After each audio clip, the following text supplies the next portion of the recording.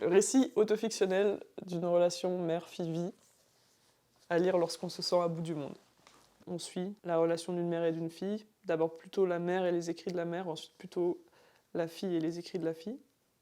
Je pense que c'est une histoire de transmission, peut-être un peu de guérison ou de recherche.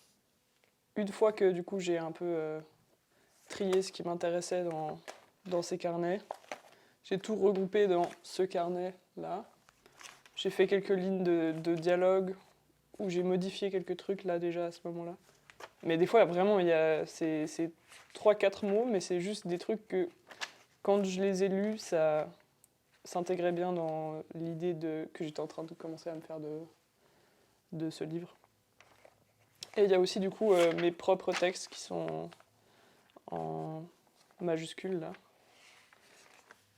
Je sais pas pourquoi j'ai gardé ça pendant toutes ces années, je me suis jamais dit que j'allais faire un livre avec. Mais en même temps, je trouve que dans ces textes, il y a vraiment un truc hyper cru et sincère. Et pareil pour tous ces carnets là, elle a jamais voulu en faire quelque chose et on les a trouvés, je les ai trouvés pendant un déménagement et j'étais juste en mode est-ce que je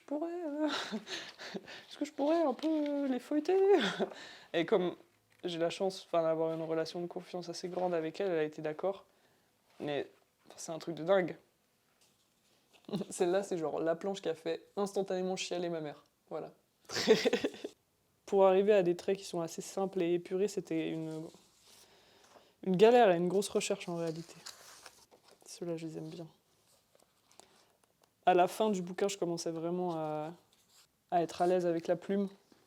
C'est que du coup, à la fin du livre, il y a une scène avec la manager de la COP.